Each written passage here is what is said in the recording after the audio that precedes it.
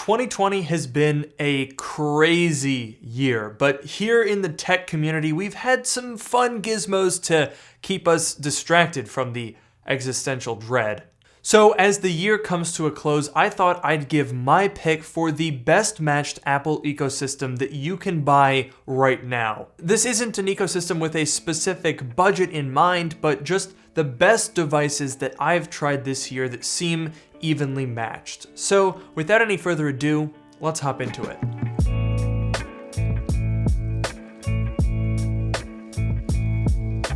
This is a rare one for me, especially when it comes to picking Apple products that maximize value. They tend to be mainly used devices, but today, 2 out of the 3 are new. In my opinion, the best value Apple ecosystem that you can buy right now is the 128GB iPhone 12 mini, the base model M1 powered MacBook Air, and a refurbished or lightly used 2018 iPad Pro 11-inch. So as we dive in and talk about what makes this such a great setup and all of these devices such a great value, make sure you're subscribed to the channel so you can check out my other videos on each of these products, which I'll have linked in the description below.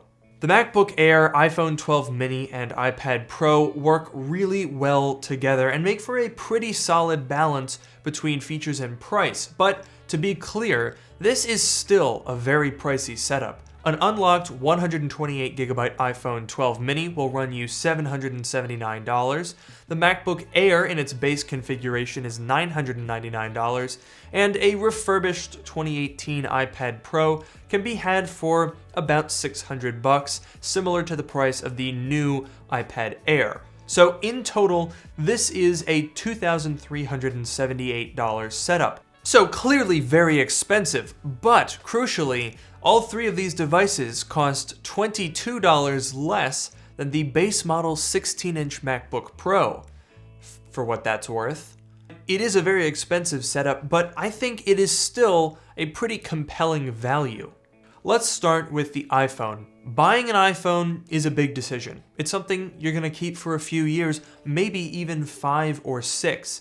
I know I've said in the past that the regular iPhone 12 is the obvious choice for most people, but I must admit that the mini has quickly become my favorite. I know a lot of you watching this video right now love the idea of small phones, and the iPhone 12 mini is the penultimate small phone. You're getting a bright and contrasty 5.4-inch OLED display, powerful and efficient A14 chip, great cameras, and it's absolutely tiny. The only drawback that is actually substantial is the battery life. I won't go as far as to say that it's bad, but it's not on the level where you'll exclaim with glee at the end of the day when you notice ample juice remains.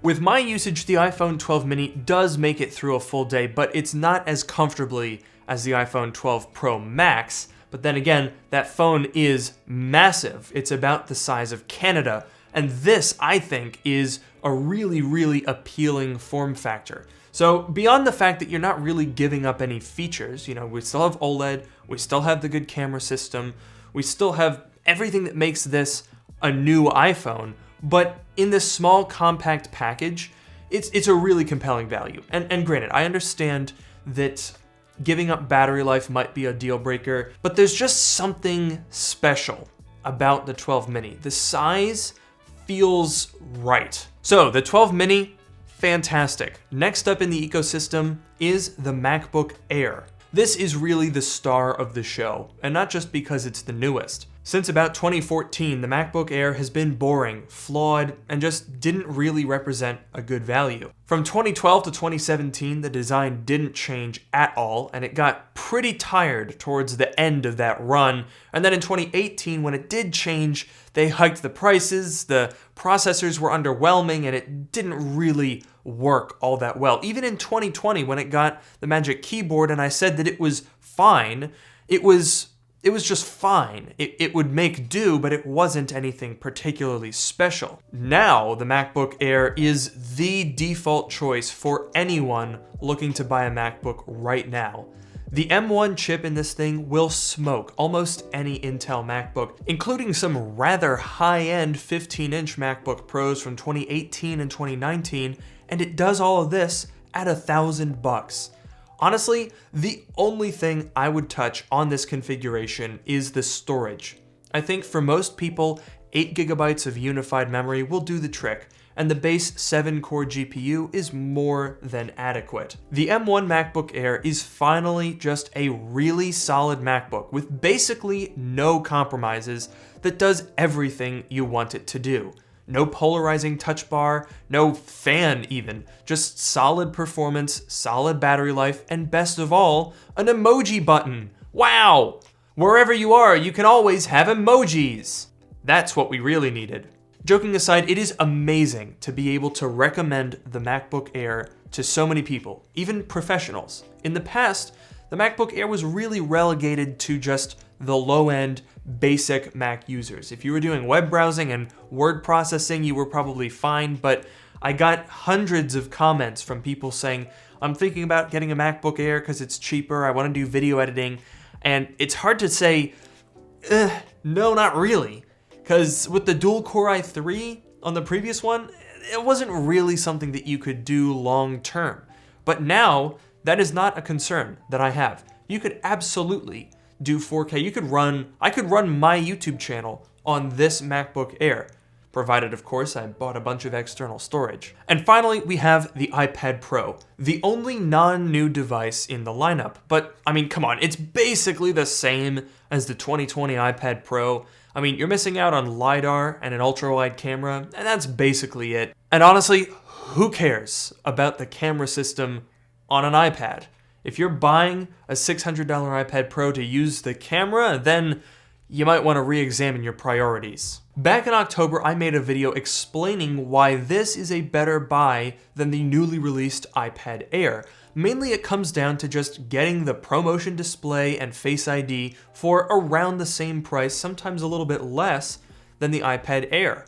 If you're more comfortable buying new and you want to just buy all of these products with your Apple Card and get that 3% cash back, then sure, go for the iPad Air.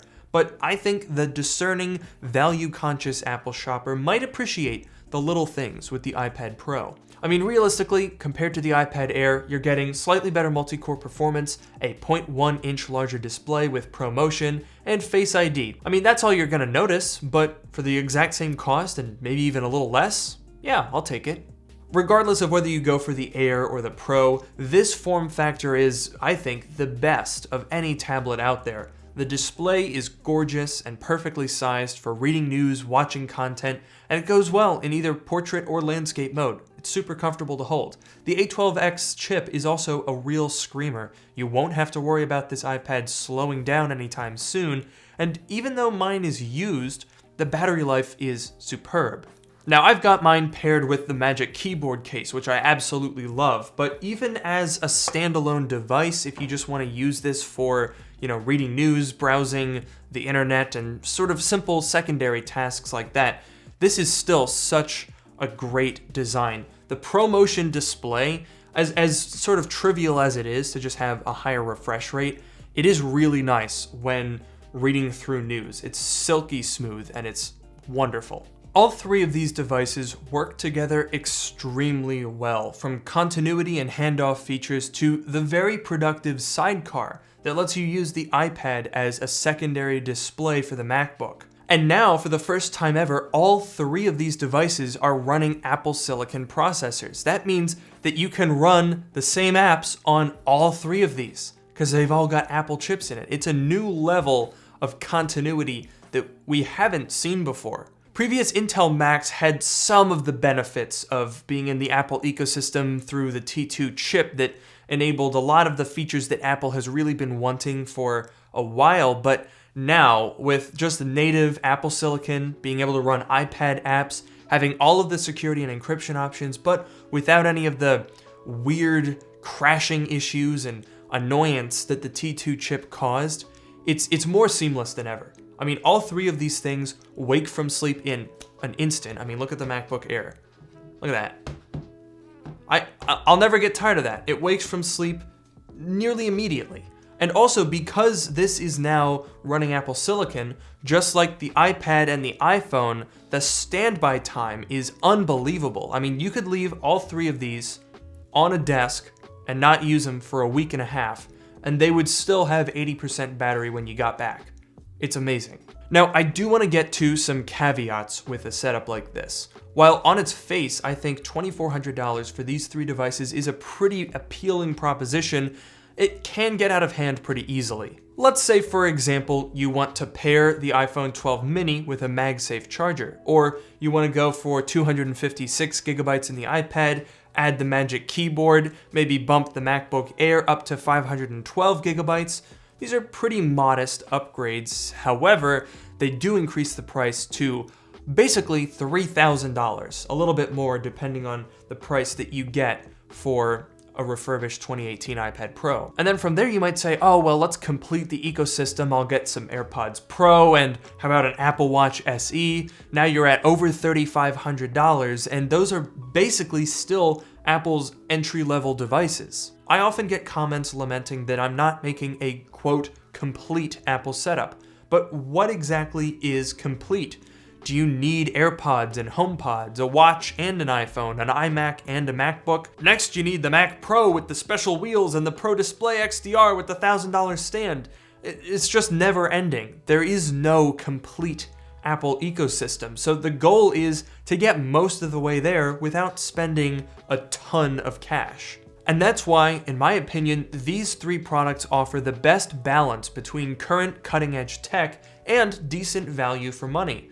When I set out to make this video, I tried an experiment.